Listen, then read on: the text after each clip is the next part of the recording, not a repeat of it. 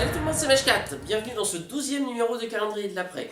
Aujourd'hui, on va s'attaquer à une chanteuse francophone, mais qui n'est pas française, mais plutôt nord-américaine, plus précisément, puisqu'elle est originaire de Montréal. Il s'agit de Beta Lemay. Alors par contre, je sais pas du tout si ça se prononce comme ça.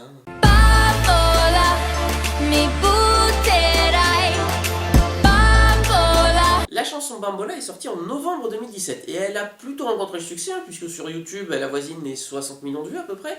Et franchement c'est pas trop mal puisque c'est son premier single, c'est la première chanson qu'elle a sortie, c'est comme ça qu'elle a débuté sa carrière, grâce au label de musique Ultra d'ailleurs. Et quand on écoute le morceau, c'est pas étonnant puisqu'il vogue sur une phase un petit peu pop électro, très dans l'air du temps, donc après tout, rien de mal au final.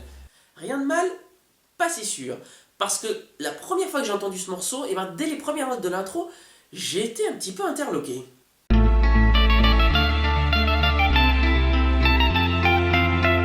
C'est seulement quelques petites notes d'intro, mais déjà non, c'est pas juste quelques petites notes d'intro, parce que les couplets commencent aussi de cette façon-là. Je sais que l'amour n'est pas facile pour les petits cœurs qui battent seuls. Alors pourquoi j'ai autant été interloqué par ce morceau ? Et bien pour ça, il faut remonter à l'année de ma naissance en 1986. Et il va encore nous raconter sa vie. Non, promis, je te fais la version courte. En 1986, en effet, les développeurs de chez Konami donnent naissance au premier d'une longue série de jeux vidéo d'une franchise aujourd'hui légendaire, basée sur de la plateforme et des monstres issus de différents imaginaires horrifiques, Castlevania.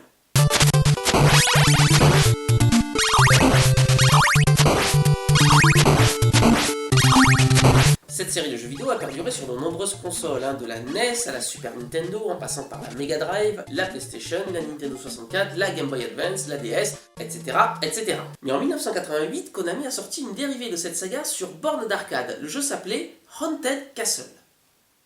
Oui, ça veut dire château hanté. Ouais, comme dirait JDG. C'est comme si Call of Duty s'appelait Pam Pam Boom. Alors certaines musiques de ce jeu sont très intéressantes. Non mais évidemment, si tu mets la séquence d'intro aussi, oui, il y a des trucs qui étaient vraiment kitsch à l'époque et effectivement ça a assez mal vieilli. Par contre, d'autres musiques valent vraiment le détour.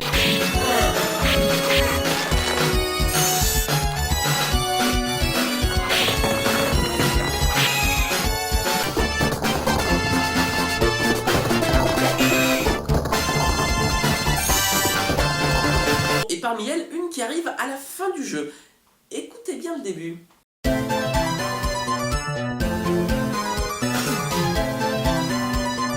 On se repasse le passage un petit peu bizarre de la chanson de Beta Lemay pour voir.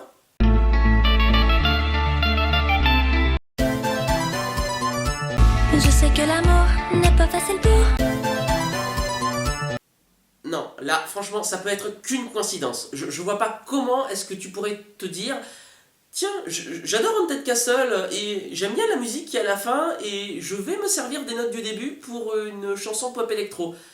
Non, ça va beaucoup trop loin. Après, rassurez-vous, Beta Lemay a aussi d'autres cordes à son arc. Enfin, j'espère pour elle. Quoi ? Attends, elle a sorti... on est en presque 2 ans, elle a sorti 4 morceaux. Non mais c'est quoi ce délire ? Bon, ça doit être vraiment bien, j'imagine. Voyons voir, celui-là, il s'appelle Play...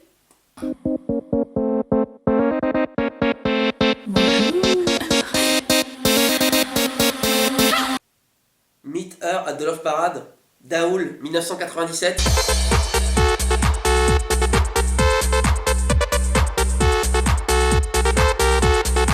Non, au bout d'un moment, tu peux pas juste compter uniquement sur des vieux trucs des années 80 et 90, quoi, pour faire ta carrière. Faut sortir un petit peu d'originalité de temps en temps. Sinon, t'as la carrière que tu mérites, quoi. Voilà, ce 12e numéro du calendrier de l'après est à présent terminé. Et voilà, mine de rien, on arrive déjà à mi-chemin, jusqu'au numéro 25, je vous rappelle.